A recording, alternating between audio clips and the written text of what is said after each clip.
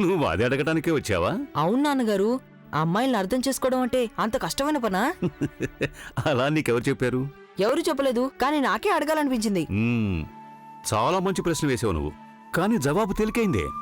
అమ్మాయిని అర్థం చేసుకోవటం కష్టమైన పనేం కాదు. కావచ్చు నాన్నగారు, కానీ ప్రతి అమ్మాయి ఇలాగే అంటుంది. తనని ఎవరూ అర్థం చేసుకోవట్లేదు అంటుంది. వాళ్ళకి నమ్మకం కలిగించాలి. వాళ్ళని అర్థం చేసుకున్నామన్న నమ్మకం. అదెలా నాన్నగారు? వాళ్ళకి ఇంపార్టెన్స్ ఇవ్వాలి. వాళ్ళేం చేసినా వాళ్ళ ఇష్ట ప్రకారమే చేయనివ్వాలి. వాళ్ళ అభిప్రాయం తీసుకోవాలి, అంతే. నిజంగానా? నిజమేగా. మనం ఎవరికైనా ఇంపార్టెన్స్ ఇస్తే వాళ్ళ అభిప్రాయం తెలుసుకుంటే ఎవరికి మాత్రం నచ్చదు? కానీ విచారకరం ఏమిటంటే మన సమాజంలో ఆడవాళ్ల గురించి ఈ విధంగా అనుకునేవాళ్లు చాలా తక్కువ మంది.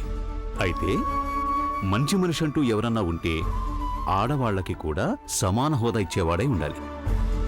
వాళ్ళు ఏవైనా చేయగలరు అన్న నమ్మకం కలిగించాలి.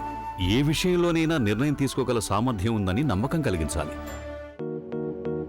కానీ అదంతా చేయడం ఎలా నాన్నా? చాలా పద్ధతులున్నాయి. అది చిన్నదైనా పెద్దదైనా ప్రతి విషయంలో వాళ్ళకి అధికారం ఇవ్వాలి.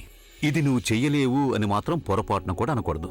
ఏదైనా సమస్య వస్తే దీన్ని నువ్వు ఒక్కదానివే పరిష్కరించగలదానివే అనాలి. ఉదాహరణకి తనకి బట్టలు తీసి పెట్టాలనుకో. అవునా నాన్నగారు, మీరు రోజు ఉదయం పూట మమ్మీకి చెప్పేవారు అలాగేనా? వార్డ్రాప్ నుంచి నా బట్టలు తీయ అంటారు. అప్పుడు మీరు ఏ బట్టలు వేసుకోవాలో మమ్మీనే డిసైడ్ చేస్తుంది. అంతేనా నాన్నగారు? అర్థమైంది కదా, సమాధానం దొరికింది కదా. ఇక నా పని చేసుకోవచ్చా? ఓకే నాన్నగారు. గుడ్. ఏమండి, అత్తయ్య గారు కొన్ని వస్తువులు తెప్పించమన్నారు, అందుకు డబ్బులు కావాలి. అలాగే, అక్కడున్నా తీసుకో.